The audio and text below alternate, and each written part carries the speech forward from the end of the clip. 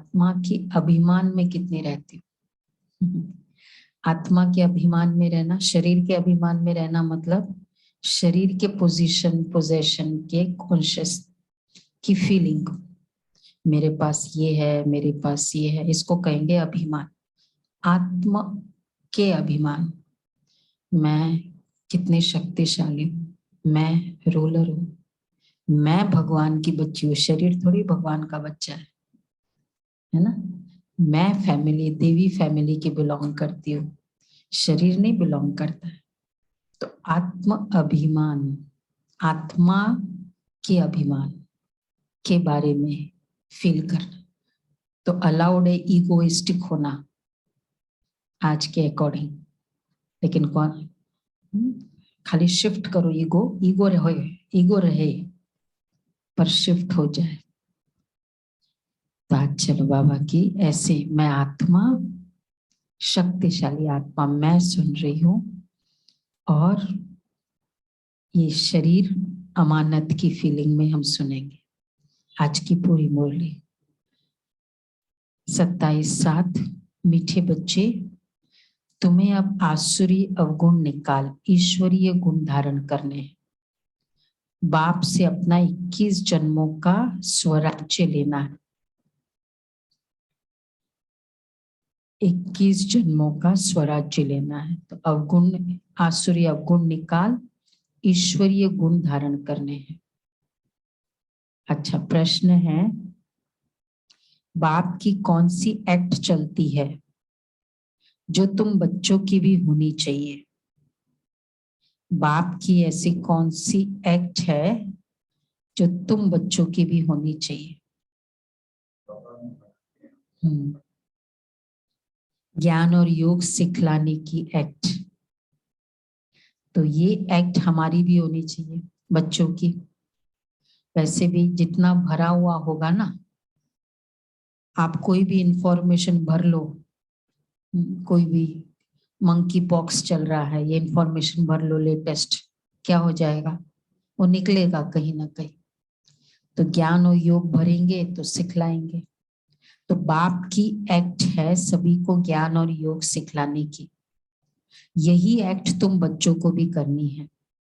पतितों को पावन बनाना है।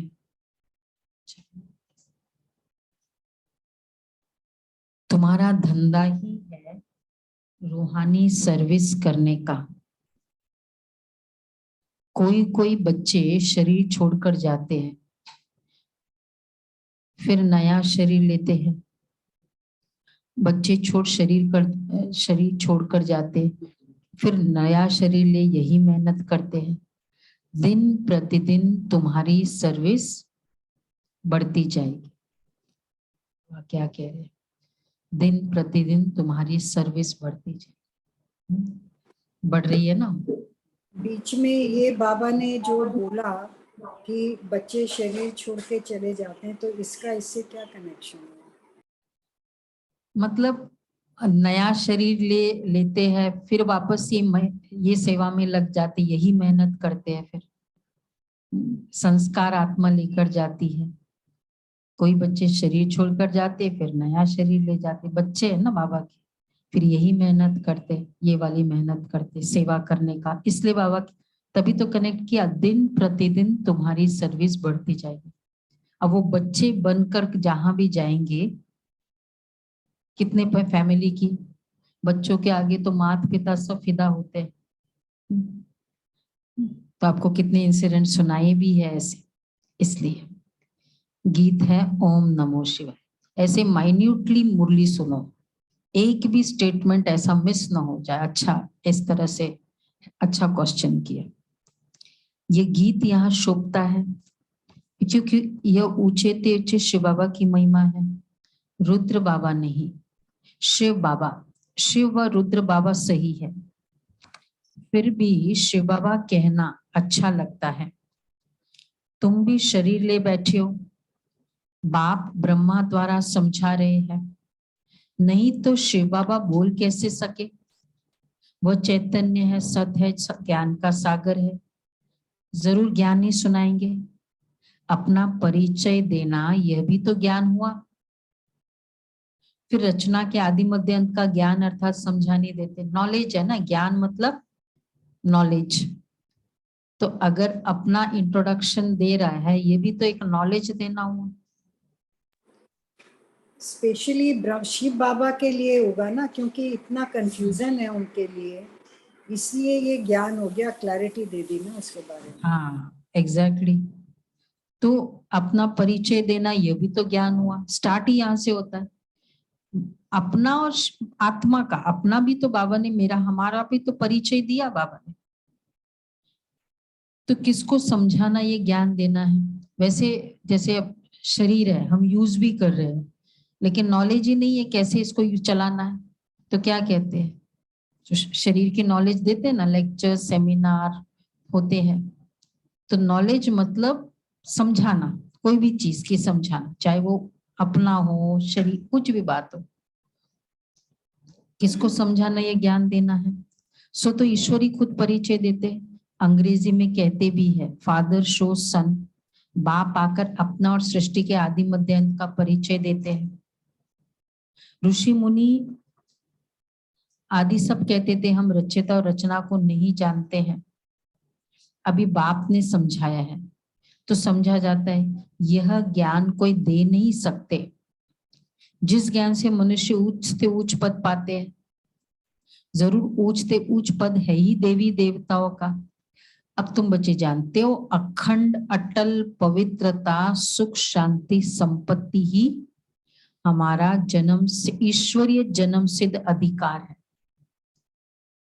अखंड, देखो हमारा राइट्स को भूलता नहीं है व्यक्ति, बल्कि राइट्स ही हमको शक्ति देता है, अपनी आइडेंटिटी कराता है। कौन सा? अखंड अटल पवित्रता सुख शांति संपत्ति, ये हमारा ईश्वरीय जन्म सिद्ध अधिकार। प्योर सुख शांति संपत्ति, इम्प्योर नहीं। तो और आसुरी तो जो फिर से ले रहे हैं, ईश्वरीय जन्म सिद्ध अधिकार है। जन्म सिद्ध अधिकार है, लीगल है, कंप्लीटली इलीगल है नहीं। आपको क्लेम भी नहीं करना पड़ता है। जो चीज बर्थ राइट होती है ना, बॉर्न इनटू इट, एंड वो इजी है भाई, तुम्हारे बर्थ राइट है। खुद की प्रॉपर्टी बनाना तो भी डिफिकल्ट है, बर्थ राइट है। जो फिर से ले रहे हैं ईश्वरीय जन्म सिद्ध अधिकार, सुखधाम, और आसुरी जन्म सिद्ध अधिकार ये दुखधाम है।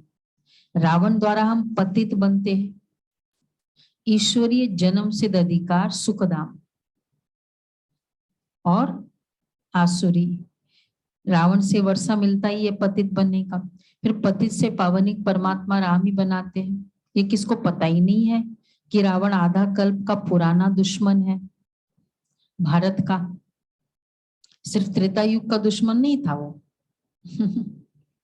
मेरा भी दुश्मन है पर्सनली, आधा कल्प का पुराना दुश्मन। इसलिए हम ये सोचे मेरा दुश्मन है, तो बहुत अच्छा कनेक्शन हो सकता है रावण के साथ। कहते हैं राम राज्य चाहिए, जो दुनिया में कहते हैं ना, दुनिया में तो यही माना जाता है ना, त्रेता युग वाला है तो खत्म हो गया एक्सेट्रा। मेरा है, जैसे कोई भी प्रॉब्लम मेरी कॉलोनी में होती है ना, तो हमारा कंसर्न होता है भाई उधर उस कॉलोनी में हो रही है, ठीक है मुझे क्या प्रॉब्लम, तब तक हमें भी ठीक है, पता है ये प्रॉब्लम है। तो रावण मेरा दुश्मन है तो कहते राम राज्य चाहिए, अर्थात ही रावण राज्य है, परंतु अपने को पतित अथवा रावण समझते नहीं है। अभी आसुरी संप्रदाय बदल दैवी संप्रदाय बन रही है। तुम यहाँ आते हो, आसुरी अवगुणों को निकाल ईश्वरीय गुण धारण करने, ईश्वरीय गुण धारण कराने वाला बाप ही है। तुम जानते हो अब हम आए हैं बेहद के बाप से अपना, आज क्या है, ईश्वरीय जन्म सिद्ध अधिकार है। अपना जन्म सिद्ध अधिकार 21 जन्मों का स्वराज्य लेने, अखंड अटल पवित्रता सुख शांति संपत्ति, ये हमारा, ये वाला लेने, ये वापस लेने आए अटल कोई ले ही नहीं सकता हमारा, एक बार मुझे विश्व की बादशाही मिली, 5 साल की भी बात नहीं है। अखंड भी बाबा कहते हैं अदरवाइज। हाँ अखंड है पूरा टाइम। यहाँ बैठी है, यहाँ क्यों बैठे हैं सुबह सुबह? चंद्रवंशी सूर्यवंशी स्वराज्य प्राप्त करने। जो स्वराज्य तुम आधा कल्प कल्प प्राप्त करते आए हो, गवाते हो फिर पाते हो, ये तो बुद्धि में रहना चाहिए ना। अब हम बाप से वर्षा लेते हैं, वर्षा लेने वाले बच्चों को बाप को याद करना है, करना पड़े ना, ये तो बुद्धि में आना चाहिए। हम माता पिता के सम्मुख बैठे हैं वर्षा लेने के लिए, वह ब्रह्मा मुख से हमको सुनाते हैं। जो गोद लेते हैं तो वह जरूर ब्राह्मण कहलाएंगे। ये ज्ञान यज्ञ है। फिर यज्ञ कहो व पाठशाला कहो, एक ही बात है। जब रुद्र यज्ञ रचते हैं तो पाठशाला भी बना देते हैं। एक तरफ वेद शास्त्र आदि, एक तरफ गीता, एक तरफ रामायण आदि रखते हैं वो यज्ञ में। जिनको रामायण सुनना है वो उनकी तरफ जाकर सुने। ऐसा यज्ञ होता होगा कि वैसे मतलब जो रुद्राभिषेक वाला यज्ञ होता है, जहां तक हमने सुना है, सबसे कॉस्टली होता है। और उसमें फिर वेदिया लगती है। वेदिया मतलब वेद शास्त्र। तो वेद शास्त्र में फिर एक जगह भागवत है, एक जगह रामायण भी है। कैसे सुमन बहन को पता हो? ऐसा भागवत ऐसे यज्ञ रचते हैं, होता है। उसमें फिर अलग अलग सब तरह के अलग अलग पाठ बिठाते हैं, अलग अलग पंडित बिठाते हैं। पंडित जी होते हैं। और सब अतिरुद्र होता है, उसमें काफी होता है। कुछ लोग बोलते रहते हैं कंटिन्यूसली, उनको बोलना। मतलब वहां जो सामने मेन जो वक्ता है, महाराज है, वो बोलेगा, और इन सबके सामने वो रामायण होती है। वो सामने अगर भागवत वाला चल रहा है तो भागवत होता है, तो वो वहां उसका व्याख्यान कर रहे हैं, एक्सप्लेनेशन। और ये सब यहाँ पाठ इनका चल रहा होता है। वो इसलिए होता है कि जो महाराज जी है ना, वो तो इम्पोर्टेंट कथा ऐसे तो एक्सप्लेनेशन कर रहे हैं, उसमें कई चीजें छूट जाती है, इसलिए वो मूल पाठ करना जरूरी होता है। हाँ ये स्टाइल भगवान बाबा को सारा पता है, रिचुअल स्टाइल, गुरबाणी हो या चाहे भागवत हो। तो जब रुद्र यज्ञ रचते हैं तो पाठशाला भी बना देते हैं। एक तरफ वेद शास्त्र आदि, एक तरफ गीता, एक तरफ रामायण आदि रखते हैं। तो जिनको रामायण सुनना है वो उनके तरफ जाकर सुने, जिसको गीता सुनना है वो उनके पास जाकर सुने। ये रुद्र ज्ञान यज्ञ है जिसमें सब कुछ स्वाहा होना है। सृष्टि का अंत है तो सभी यज्ञों का भी अंत है। ज्ञान यज्ञ तो एक ही है। और इस तरह का जो यज्ञ होता है बहुत कॉस्टली, इसलिए यज्ञ रचना मतलब एक स्टेटस सिंबल है। तो ये बहुत बड़ा ये ज्यादातर, क्योंकि इतने सारे ब्राह्मण जो बैठेंगे उन सबको भी तो करना है ना, उन सबको भी देना है। जो बाकी जो मेन वक्ता है उसका अलग, और फिर बाद में जो अरेंजमेंट्स है वो एक अलग, उसका तो जो खर्चा है वो तो है ही। हाँ फिर वो भोग आदि बनेगा वो एक अलग है सारा। तो इसलिए बाबा कहते हैं तो सृष्टि का अंत भी है। बाबा इसलिए कहते हैं यह है ज्ञान यज्ञ। बाकी जो अनेक प्रकार की यज्ञ है वह है मटेरियल यज्ञ, जिसमें जौ तिल आदि सामग्री पड़ती है। यह है बेहद का यज्ञ, इसमें सब स्वाहा हो जाएगा, फिर से नई पैदाइश हो जाएगी। वहां दुख देने वाली चीज कोई होती ही नहीं है। यहाँ तो कितना दुख है, बीमारी आदि कितनी वृद्धि को पा रही है। भिन्न भिन्न प्रकार के दुख रोग निकलते जाते हैं। मंकी पॉक्स नया आ गया, नई नई बीमारियां निकलती जाती है। अच्छा ड्रामा में ये सब नूंद है, फिर सब एक स्टैंडर्ड बीमारी से कंपेयर करते हैं। हाँ कोविड से इतना फेटल नहीं है, पर है तो ये एक नई बीमारी। तो पूरा उसमें आजकल रैशेज और ये सब पड़ रहे हैं ना, छोटे छोटे बच्चों का भी, बच्चे का हुआ मंकी पॉक्स। तो बाबा कहते हैं जैसे मनुष्य वैसे किस्म किस्म के दुख निकलते जाते हैं, क्योंकि जैसे मनुष्य है वैसे किस्म किस्म के दुख निकलते जाते हैं। इधर इसको कहा ही जाता है दुख धाम, शोक वाटिका। मनुष्य दुखी है क्योंकि रावण राज्य है। राम राज्य में रावण होता ही नहीं। आधा कल्प है सुखधाम, आधा कल्प है दुखधाम। राम राज्य में रावण नहीं होता है, रावण राज्य में राम आ जाता है। इसलिए हम हमेशा कंपेयर करते हैं ना, शक्तिशाली कौन? राम निराकार परमपिता परमात्मा को कहते हैं। एक है रुद्रमाला निराकारी आत्माओं की, फिर विष्णु की माला बनती है साकारी, वो तो राजाई की है। फिर वहां नंबरवार राज्य करते हैं। यह तुम बच्चों को अच्छी रीति समझना और समझाना है। जितना जितना समय बीतता जाएगा, अब सुनो, उतना उतना ज्ञान शॉर्ट होता जाएगा, विस्तार कम होगा। इतना शॉर्ट में समझाने के लिए बाबा युक्तियां रच रहे हैं। विनाश के समय मनुष्य को वैराग्य आएगा, फिर समझेंगे कि बरोबर ये वही महाभारी महाभारत लड़ाई, महाभारत की लड़ाई है। अब देखो, बाद में हर आत्मा को रियलाइज होना है कौन सी बात? एक तो परमात्मा आ चुका है, दूसरा ये वही महाभारत लड़ाई है जो हम सुनते आए कितना आपस में भाई भाई के बीच में हो रहा है। क्योंकि महाभारत का साइन बताया है कि कब समझना कि ये अंत होना है, कि जब घर घर में महाभारत होगा तब समझना ये अंत का निशानी है। तो ये वही महाभारत लड़ाई है। तो इस कारण मतलब आजकल ये जो भी अभी प्रोग्राम हुआ, लोग आते हैं, तो सारा इश्यूज क्या है लोगों के घर में? गुरबाणी वाले हैं, सिखिज्म है, पर इश्यूज क्या है? वही है, रिलेशनशिप के जो इश्यूज चल रहे हैं वो। तो मतलब फाइनली प्रॉब्लम सबका यही है। और फिर चाहे वो कितना भी अरदास भी कर रहे हैं, समझ भी रहे हैं, तो हमने देखा कि क्रक्स तो यही है पूरा।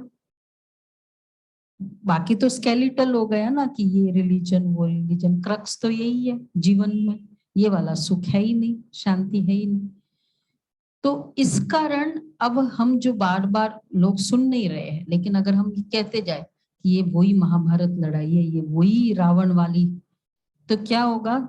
वो इग्नोर भी करेंगे, बट समवेयर वो रजिस्टर तो हो रहा है ना, फिर रिलेट करेंगे, हाँ ये बात तो वो बोला था। इसलिए सेवा करना बहुत इंपॉर्टेंट है। जरूर भगवान भी होगा अगर महाभारत लड़ाई है तो फिर, क्योंकि वो तो एक सैंपल बता दिया ना महाभारत लड़ाई का। ऐसा कोई पिक्चर होगा? अब ये जो नहीं होता है, ये आर.के. लक्ष्मण, पता है ना सबको, वो कार्टूनिस्ट। तो वो टाइम्स ऑफ इंडिया में उसका अपना कैसा आता था चेहरा, एक्चुअल आर.के. लक्ष्मण ऐसा थोड़ी था। अब कोई उसके चेहरे को देख के यही इंप्रेशन बनाए कि एक्चुअल आर.के. लक्ष्मण भी ऐसा ही था। वो बाल क्या बताते हैं ना उसके, ऐसे ऐसे ऐसे कार्टूनिस्ट। तो ये सोचे कि हाँ यही आर.के. लक्ष्मण मतलब यही है। कितना बड़ा गलत बात हो जाती है ना, कि ये थोड़ी कोई, ये तो मतलब एक आइडेंटिटी उसकी बता दी है, डिफरेंट होनी चाहिए। तो इसी तरह महाभारत एक आइडेंटिटी बता दी कि ऐसा भीष्म था, ऐसा ये था, एक्सेट्रा। और रियल तो कौन से होंगे? Real R K. लक्ष्मण कौन सा होगा? हमारी तरह, उसके भी 2 हाथ 2 पैर इस तरह होंगे। तो रियल पांडव कौन से होंगे? हम ही, हमारी तरह। तो बाबा ने ये भी समझाया है। तो जरूर निराकार भगवान भी होगा, कृष्ण तो हो न सके। निराकार को ही सर्व का पतित पावन, सर्व का सदगति दाता कहा जाता है। यह टाइटल कोई को दे नहीं सकते। बाबा ने ये भी समझाया है, पवित्र देवता कभी अपवित्र दुनिया में पैर रख नहीं सकते। तुम लक्ष्मी से धन मांगते हो, परंतु लक्ष्मी भी कहाँ से लाएगी? यहाँ भी मम्मा बाप से लेती है। यहाँ सरस्वती 7 ब्रह्मा है, वहां भी दोनों जरूर चाहिए, यहाँ वहां। तो यहाँ सरस्वती 7 ब्रह्मा है, तो वहां भी, तो वहां कहाँ?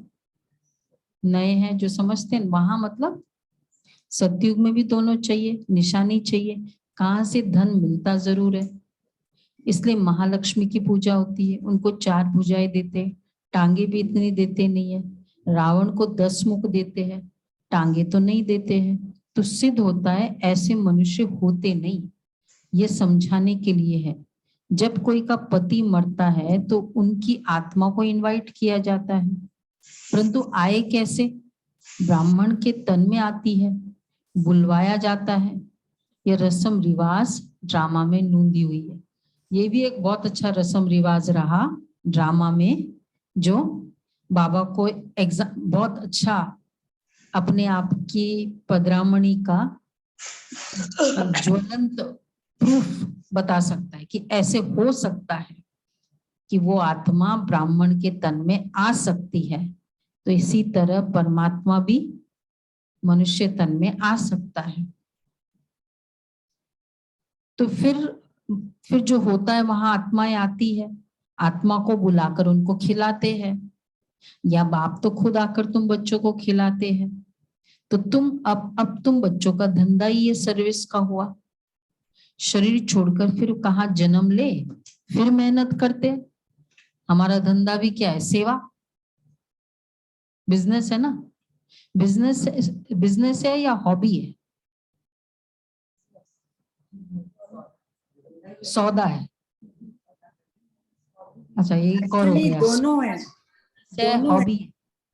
दोनों है, क्योंकि बिजनेस एक हॉबी हाँ, बन जाते हैं when you start enjoying it.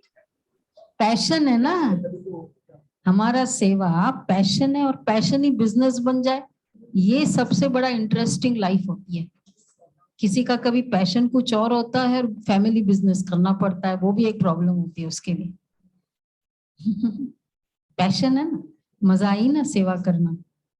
उस दिन किया सेवा, मजा आया दीपिका बहन? पैशन है ना। अब गर्मी में खड़े रहे, मजा आया फिर भी? पूरे समय गर्मी में दोनों खड़े रहे, एक एक को रिसीव किया, सबके एड्रेसेस लिखे, लेकिन पैशन था, लगा। तो बाबा कहते हैं कि ये जो क्या बोलते हैं, ये स्पोर्ट्स खेलते हैं, कैसे कैसे खेलते हैं? एसी में तो नहीं खेलते हैं ना। लेकिन वो पैशन है, उनका नाम मान शान उसी में होता है। तो बाबा कहते हैं वहां आत्माएं आती है, फिर मैंने तो क्या हुआ, अब तुम बच्चों का धंधा ही ये सर्विस का हुआ। शरीर छोड़कर फिर कहा जन्म ले, फिर मेहनत करते, बच्चे होकर मेहनत करने। तुम्हारा है ही पतितों को पावन बनाने का धंधा। तुम आगे चल देखेंगे कैसे सर्विस बढ़ती है। आप लोगों ने देखा ना, छोटे छोटे बच्चे विदेश के हैं, कैसे वो सेवा कर रहे हैं। देखो, वो बहन है 5 साल की बच्ची, आपको अगर याद है, साड़ी वाड़ी पहन लेती है ऑलवेज, 5 साल की बच्ची, और क्लास कराती है। उनको क्लास देते हैं, उसकी क्लास कोई मिस नहीं करता। हाँ हाँ, और वो किसी को छोड़ते भी नहीं है, कहते हैं मुझे पूरी मुरली पढ़ के ही सुनानी है। वो कहते दीदी हो गया, कहती नहीं पूरी सुनाऊंगी मैं तो। हाँ, वो बहुत ऐसी। तो छोटे बच्चे शरीर छोड़कर गए, फिर जाकर ये मेहनत करते, बल्कि और ही ज्यादा। तो ये वृद्धि कैसी हो रही है, कितने ज्यादा, शायद बड़ों से नहीं इंस्पायर हो सके उतना उनसे इंस्पायर होते। तुम्हारा है ही पतितों को पावन बनाने का धंधा। तुम आगे चल देखेंगे कि कैसे सर्विस बढ़ती है। कल पहले भी ऐसे ही हुआ था, वही रील है। तुम बच्चे जानते हो जो कुछ होता है कल्प पहले मुआफिक। बाप भी ज्ञान और योग सिखलाने की वही एक्ट करते हैं।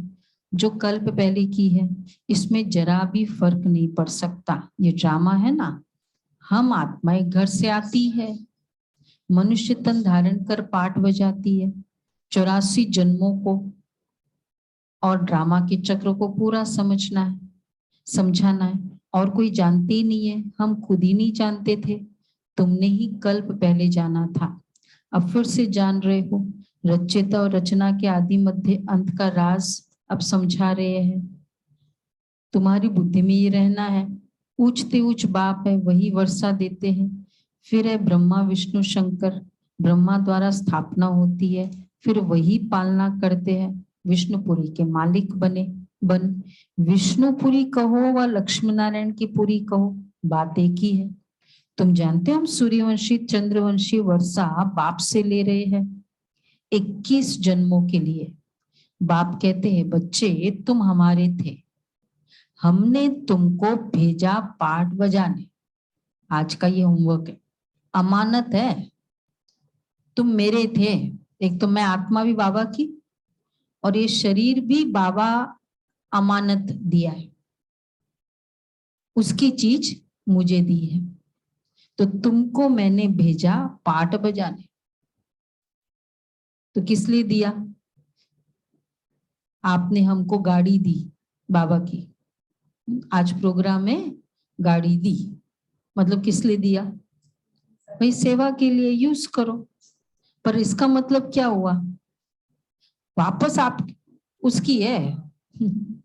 तो मैंने तुमको भेजा पाठ बजाने, फिर बाद में वापस मेरे हैं, मैं आत्मा उनकी हूं। वो यूज करने के लिए दिया। तो बात एक ही है, ये भी ड्रामा में नोंद है। कोई कहा नहीं जाता है, ये भी तुम समझते हो। जो अच्छी रीति पुरुषार्थ करेंगे वो फिर नंबरवार सुखधाम में आएंगे। तुम याद करते हो सुखधाम को, जानते हो ये दुखधाम है, और कोई को पता ही नहीं है। तुम बच्चों की बुद्धि में आता है कि ये दुखधाम है।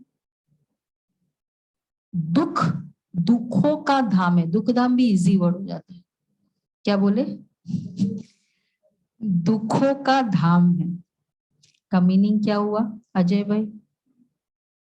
दुखों का धाम है। जैसे पावन धाम में कुछ भी अपवित्र नहीं। हाँ बताओ मीनिंग बताओ इसका। शारदा बहन, दुखों का धाम है। यहाँ सुख है ही नहीं, हाँ, चारों तरफ दुख ही दुख। तो एक्सपेक्ट नहीं करे कि ये बेटा है ना मेरे को दुख का धाम है। जैसे एक दुकान में जाओ, भरपूर दुख, भरपूर दुख। हाँ, नहीं दुख ही है, भरपूर भी। एक दुकान में जाओ, वो क्या बोलते हैं उसको, क्या कॉस्मेटिक्स की है या मेडिकल है, तो उसमें आप दूसरा तो एक्सपेक्ट नहीं कर सकते ना कि भाई इसमें मुझे दाल चावल मिल जाए। भाई मेडिकल शॉप है, दुखों का धाम है। तो इसलिए अगर चलो बच्चे भी है, पर क्या समझना है अंदर? बोलो बोल के रोको तो अच्छा लगेगा। तो ये कंफर्म हो जाएगा कि उनकी प्रॉब्लम नहीं है, शॉप ही ऐसी है। ठीक, दुखी दुख हाँ, है, सब जगह दुखी दुख है। बाबा कहते ये दुखधाम है। तुम बच्चों की बुद्धि में आता है ये दुखधाम है। तुम सुखधाम स्थापन करने वाले बाप से वर्षा पा रहे हो। हम जीते जी उनके बने हैं, राजा की गोद लेते हैं तो समझते हैं ना हम उनके हैं। पहले भी लौकिक फिर दूसरा भी लौकिक ही संबंध रहता है, यहाँ अलौकिक फिर पारलौकिक हो जाता है। देखो राजा की गोद लेते हैं तो समझते हम उनके हैं, पहले भी लौकिक किसी और के बच्चे थे, फिर दूसरा भी लौकिक ही संबंध रहता है। मतलब गोद लेने के बाद भी तो लौकिक ही रहा ना। और यहाँ हम जो गोद लेते इससे बाबा कंपेयर कर रहे हैं, पहले लौकिक के थे, अब हमारे एडॉप्टेड हो गए। कौन एडॉप्टेड हो गया? एडॉप्टेड हो गए ना, तो फिर अब उसके हो गए। एडॉप्शन वाला पुराने माता पिता को माता पिता समझेगा क्या? नहीं समझेगा ना। ये है। तो तुम सुखधाम स्थापन करने वाले बाप से वर्षा पा रहे हो, हम जीते जी उनके बने हैं। इधर उस तरफ बैठे ना सामने 2-3 आप लोग ठीक हो जाता। यहाँ तो हमारी अपग्रेडेशन है ना। तुम जानते हो अभी हम राम के बने हैं, बाकी तो सब रावण कुल के हैं। एक तरफ ही वह, दूसरी तरफ हम है। आत्मा समझती है बरोबर मैंने 84 जन्म पूरे किए। मैं आत्मा एक पुराना शरीर छोड़ दूसरा नया लेती हूँ। पुरुषार्थ कर रहे हैं। ज्ञान सागर पतित पावन सदगति दाता बाप द्वारा, वह इस ब्रह्मा द्वारा पढ़ाते हैं। पढ़ती आत्मा है। आत्मा में ही बैरिस्ट्री आदि के संस्कार रहते हैं ना। आत्मा बोलती है ऑर्गन्स द्वारा। तुमको आत्म अभिमानी बनने में बड़ी मेहनत लगती है। अब इसको जैसे चेंज करना है, जैसे बताया स्टार्टिंग में, आत्मा का ईगो रखो। मैं कौन? इतनी शक्तिशाली मास्टर भगवान की तरह मेरी शक्तियां है। मैं भगवान का मेरा बच्चा है, मैं बच्ची भगवान की बच्ची। आत्मा का अभिमान इजी है। अभिमान होने की तो नेचर है ही ना, ईगो। अरे मैं कौन हूँ, किस कॉलोनी में रहता हूँ, नहीं है। ईगो होता है ना, क्या मेरा बिजनेस है, क्या मेरा बिजनेस है। आत्मा का अभिमान, इसमें बड़ी मेहनत है। अब मेहनत नहीं लगेगी अगर इसको इस तरह ले तो। बाप राय देते हैं, अमृत वेले का समय मशहूर है। उसी समय अपने को आत्मा समझ बाप को याद करते रहो, तो तुम्हारी आत्मा पर जो कट लगी हुई है वो साफ हो जाएगी। यहाँ तुम बाप की याद में बैठे हो, मुझे और कोई तकलीफ की बात ही नहीं है। जैसे बच्चा बाप को याद करता है, यह है बेहद का बाप, वो आत्मा शरीर को याद करती है।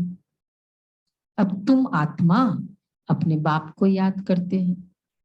बाप कहते मैं बेहद का बाप हूं, तो जरूर बेहद का सुख दूंगा। बेहद का बाप हूं, सबका पिता हूं, लेकिन बेहद का सुख वो कौन सा होगा? जो ऑलवेज कंटिन्यूस सुख है वो देगा। बेहद का बाप मतलब सबका पिता, लेकिन बेहद का सुख मतलब सबका सुख नहीं आएगा, कंटिन्यूस जो सुख होगा। हद का सुख होता है, कोई चीज मिली मुझे बहुत अच्छा लगा, कोई अवार्ड मिला उस समय बहुत अच्छा लगा। तो बाबा कहते मैं बेहद का बाप बेहद का सुख दूंगा, जो और अटल है, अखंड है। कल पहले दिया था, बरोबर भारत विश्व का मालिक था, दुश्मन आदि कोई नहीं था। अभी तुम सुखधाम के मालिक बन रहे हो। जो तुम स्वर्ग के लायक थे अब नरक के लायक बन पड़े हो। फिर स्वर्ग के लायक बनाने बाप आया है। पहले निराकार शिव की जयंती होती है, फिर गीता जयंती होती है। शिव बाबा जब आते हैं तब भगवानुवाच होता है, तो गीता की भी जयंती हो जाती है। बाप ने आकर जो सुनाया, गीता मतलब क्या, क्यों गीता भगवानुवाच है, उसको गीता ही एक बोला जाता है ना भगवानुवाच, बाकी और किसी को भगवानुवाच नहीं कहते। और फिर वो बताते हैं कि इस तरह सुनाया था। तो जो बाबा ने कहा फिर उसकी फिर गीता बनी। ये मुरली सारी गीता का ज्ञान। जस्ट इमेजिन, यही मुरली हम सबने साकार में सुनी, अव्यक्त बाप दादा की भी सामने सुनी। वो वर्ड्स एक पूरा शास्त्र बन जाएगा। जैसे नहीं इन लोग एक्सपीरियंस सुनाते, उस दिन सुनाया सुप्रिया बहन ने, ऐसे ऐसे हम लोग बात करते थे, ऐसे ऐसे हम लोग उससे बात किया, तो अब वो एक बहुत बड़ा स्टेटमेंट बन गया, हिस्ट्री बन गई। क्यों? क्योंकि उन्होंने सम्मुख बात की उससे, उस पोजीशन। तो हमने क्या किया, सम्मुख उससे बात की, उससे ये सुना, जो पूरा गीता शास्त्र बन गया। जो चीज बहुत बड़ी एक हिस्ट्री बन जाती है, मतलब एक बहुत बड़ा इवेंट होता है, सब लोग कहते हैं हाँ मैं भी वहां था उस समय। जैसे मुझे याद आया जब ये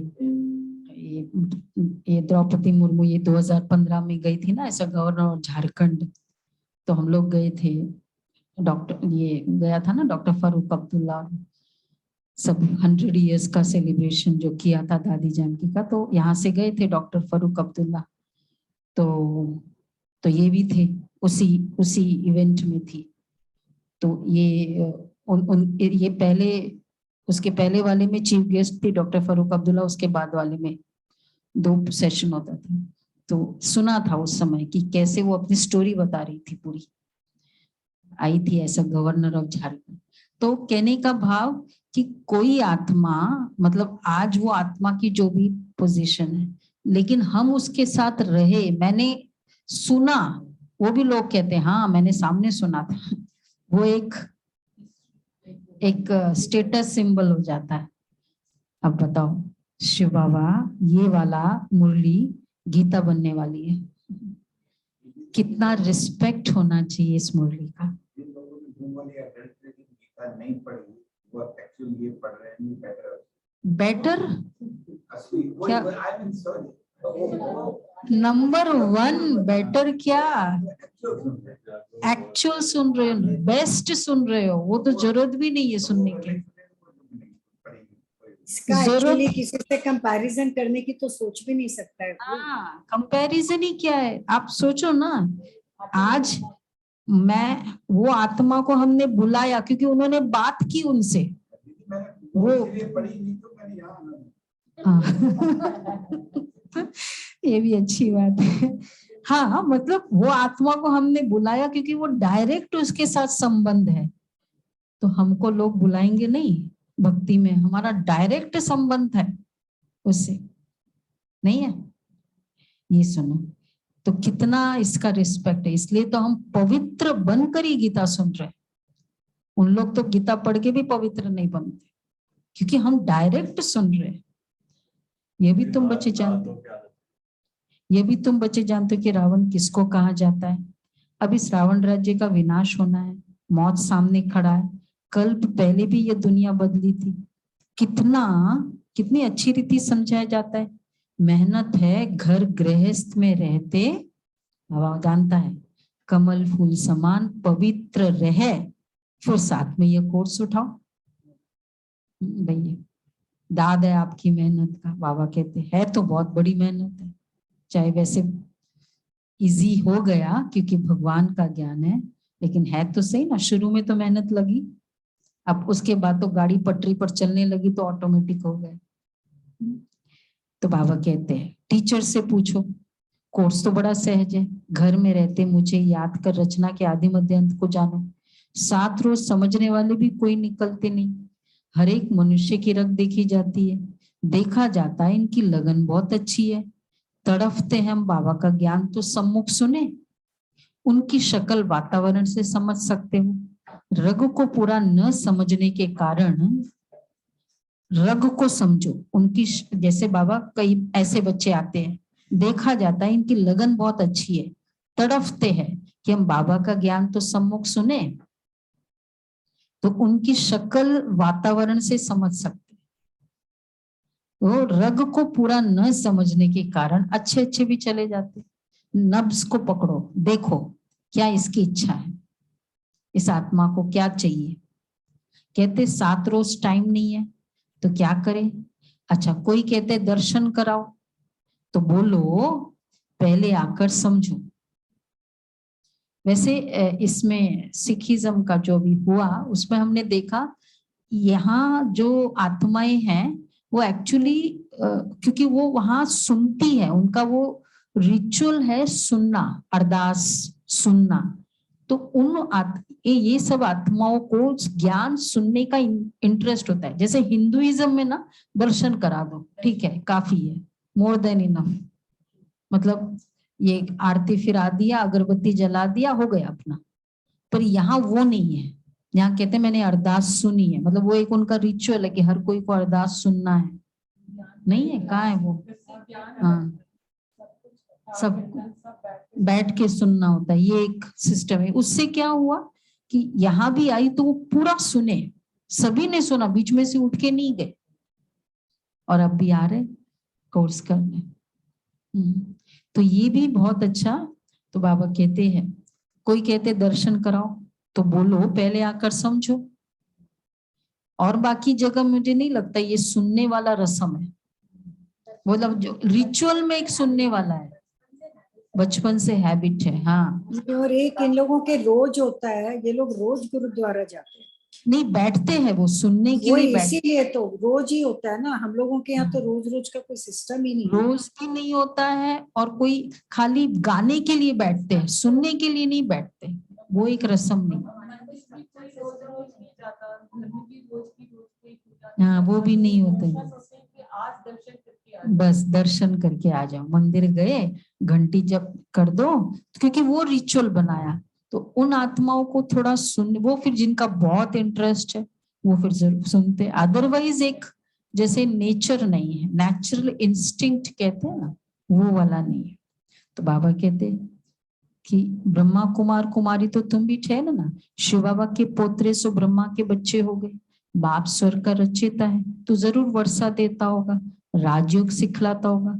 समझा कर, ये सब समझा कर फिर लिखा लेना चाहिए। एक दिन में भी कोई अच्छा समझ सकता है, ऐसे तीखे निकलेंगे एक दिन भी सुनने से, जो बहुत गैलप करेंगे। यहाँ के बच्चे होंगे तो बहुत गैलप करेंगे। वो है ना कि एक, क्योंकि ड्रामा में जिस आत्मा का जैसा पार्ट है, जैसे सपोज एक आत्मा पुरानी है ज्ञान में, लेकिन उस आत्मा का भविष्य जो पार्ट है, सत्युग का पार्ट, वो इतना भविष्य सत्युग का पार्ट नहीं है आत्मा, लेकिन भविष्य पार्ट जो है वो बहुत बड़ा पद उसको मिलना है। तो उस आत्मा का देखो कैसा ग्राफ होगा, भविष्य पद उसको बहुत अच्छा मिलना है। तो उस आत्मा का ग्राफ कैसे होगा? अब देखो संगम युग में लेट स्टार्ट किया, देखो संगम युग में लेट स्टार्ट किया, पर सत्युग का स्टार्टिंग पद उसका बहुत बड़ा है, तब उसकी गैलप कितनी होगी? फास्ट। तो इसलिए कई नई आत्माएं देखते, क्यों फास्ट? क्योंकि इसका पद इतना बड़ा है। अच्छा, अब और दूसरा नेक्स्ट, अब जिसका कहाँ गया वो? हाँ, मतलब वाइसा वर्षा, देखो जिसका संगम युग का पद छोटा है और उस आत्मा ने सत्युग का पद छोटा है, और उस आत्मा ने संगम युग की स्टार्ट बहुत पहले से कर दी है, 40 साल पुराना है वो, 40 साल पुराना बच्चा है संगम युग में।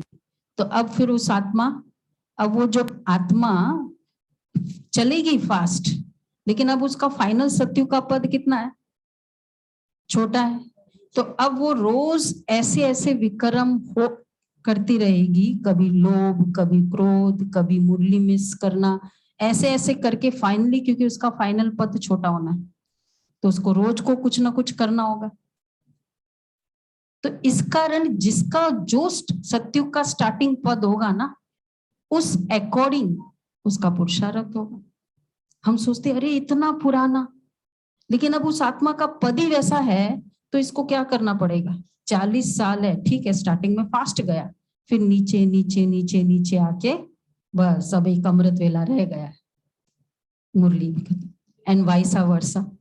अब उसका स्टार्टिंग पद बहुत ऊंचा है, तो चाहे वो लेट स्टार्ट किया, भागेगा।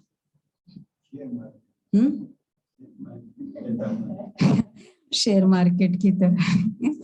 तो बाबा ऐसे क्या, इसलिए कहते हैं ऐसे तीखे निकलेंगे जो बहुत गैलप करेंगे, क्योंकि इसका सत्युग का स्टार्टिंग का पद बहुत पावरफुल है ना। रोज उसका कुछ ना कुछ सेवा, रोज पावरफुल योग, पावरफुल मुरली सेवा, इतना कि वो उसका पद हाईएस्ट होना है। ऐसे वो जाएगा ग्राफ उसका। अच्छा, मीठे मीठे सिक्के लदे बच्चों प्रति माता पिता बाप दादा का याद प्यार गुड मॉर्निंग। रूहानी बाप की रूहानी बच्चों को नमस्ते। नमस्ते। हम सब रूहानी बच्चों की रूहानी बाप माँ को याद प्यार गुड मॉर्निंग और नमस्ते। नमस्ते। शुक्रिया बाबा, थैंक यू शुक्रिया बाबा, बाबा, शुक्रिया, thank you Baba, thank you. वाह। अच्छा, पहला पॉइंट है अमृत वेले उठ, बाप को प्यार से याद कर आत्म अभिमानी बनने की मेहनत करनी है। अमृत वेले उठ, बाप को प्यार से याद कर आत्माभिमानी बनने की मेहनत करनी है। याद के बल से विकारों की कट उतारनी है। याद के बल से विकारों की कट उतारनी है। दूसरा है घर गृहस्थ में रहते कमल फूल समान बनने का कोर्स उठाना है। हर एक की रग अथवा लगन देखकर ज्ञान देना है। हर एक की रग अथवा लगन देखकर ज्ञान देना है। वरदान है शिक्षक बनने के साथ रहम दिल की भावना द्वारा क्षमा करने वाले मास्टर मर्सीफुल भव। शिक्षक बनने के साथ रहम दिल की भावना द्वारा क्षमा करने वाले मास्टर मर्सीफुल भव।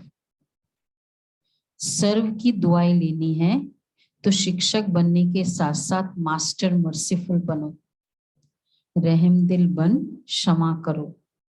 तो यह क्षमा करना ही शिक्षा देना हो जाएगा। सिर्फ शिक्षक नहीं बनना है, क्षमा करना। इन संस्कारों से ही सबको दुआएं दे सकेंगे। अभी से दुआएं देने के संस्कार पक्के करो तो आपके जड़ चित्रों से भी दुआएं लेते रहेंगे। इसके लिए हर कदम श्रीमत प्रमाण चलते हुए दुआओं का खजाना भरपूर करो। अच्छा, स्लोगन है देखो, क्षमा करना ये भी क्या है, शिक्षा है। मतलब ओके फाइन, आपने नहीं किया, क्योंकि एक्चुअली जब वो नहीं कर रहा है, वो कुछ ऐसा श्रीमत अकॉर्डिंग नहीं कर रहा है, वो वैसे अपना पद कम कर रहा है। हमको क्या करना है अभी, उसको तो शक्ति देनी है ताकि जितना हम कर सकते, उसके लिए क्रोध करके अपना पद तो नहीं कम कर सकते ना। इतना अच्छा है। जड़ चित्रों से भी दुआएं देने का ना, क्षमा करना मतलब क्या, देवता है जो हमारे मंदिरों में चित्र है, वो भी तो अभी किस लिए जाते, वहां दुआएं लेने के लिए जाते हैं। मूर्ति है। तो अगर वो भी दुआएं दे रहे हैं तो हम चैतन्य में तो कितनी दुआएं देंगे। कल मैं एक इतना अच्छा सेंटेंस है कि लास्ट में आप बच्चे कि आप बच्चों की मनसा सेवा बढ़ जाएगी, और जो आप मनसा सेवा के द्वारा अन्य आत्माओं को शांति सुख देंगे, तो जो द्वापर युग में आत्माएं आएंगी आपके पास, उनके अंदर रजिस्टर्ड हो जाएगा। हाँ, उसको जो अभी देंगे वही हमें मिले। स्लोगन है जिनकी झोली परमात्मा दुआओं से भरपूर है, उनके पास माया आ नहीं सकती। परमात्मा दुआओं से भरपूर है। तो आज हमें पूरा समय बाबा की यही होमवर्क होगा, अमानत वाला। आज का क्या है, 27। देखो ये दिन ये भी पूरा हो रहा है। जैसे ब्रह्मा बाप को चलते फिरते फरिश्ता देहभान रहित अनुभव किया, कर्म करते बातचीत करते डायरेक्शन देते उमंग उत्साह बढ़ाते भी देह से न्यारे सूक्ष्म प्रकाश रूप की अनुभूति कराई। ऐसे फॉलो फादर करो, सदा देह भान से न्यारे रहो, हर एक को न्यारा रूप दिखाई दे। यही है ब्रह्मचारी स्टेज। चलते फिरते ये ऐसी स्टेज होते, सदा देह भान से न्यारे रहो और हर एक को ये न्यारा रूप दिखाई दे। यही है ब्रह्मचारी स्टेज। ठीक है, चलते फिरते बाबा की कितनी सारी पावर, हर चीज में कितनी शिक्षाएं थी, शक्तियां थी। एक बार जानकी दादी मुरली के बाद नाश्ते के लिए बैठी। हाँ, अभी नाश्ता खाना ही था, बाबा आ गए, ब्रह्मा बाबा। बॉम्बे की बात है, बाबा से मिलने गए तो बाबा आ गए। बोला बच्ची सेवा की? सेवा तो नहीं की। बोला बिना सेवा की यज्ञ का खा रही है। तो उसी समय थाली मतलब रखी। सुना होगा ना ये दादी का, पहले सेवा की। नेक्स्ट डे से नियम बनाया कि मुरली के बाद सीधा हैंगिंग गार्डन जाती थी। मतलब यज्ञ की कोई चीज को यूज करना बिना सेवा किए ऐसी खा रही। तब से दादी का ये नियम बन गया। हैंगिंग गार्डन में सेवा करने जाती थी दादी। हाँ, मतलब कोई भी सेवा कुछ भी हो, पहले हम खा ले बिना सेवा किए। दुनिया लोगों का नियम भी है ना, वहां तो वैसे कुछ खाते नहीं है पूजा किए भी गए। तो ये भी एक नियम। अच्छा जी।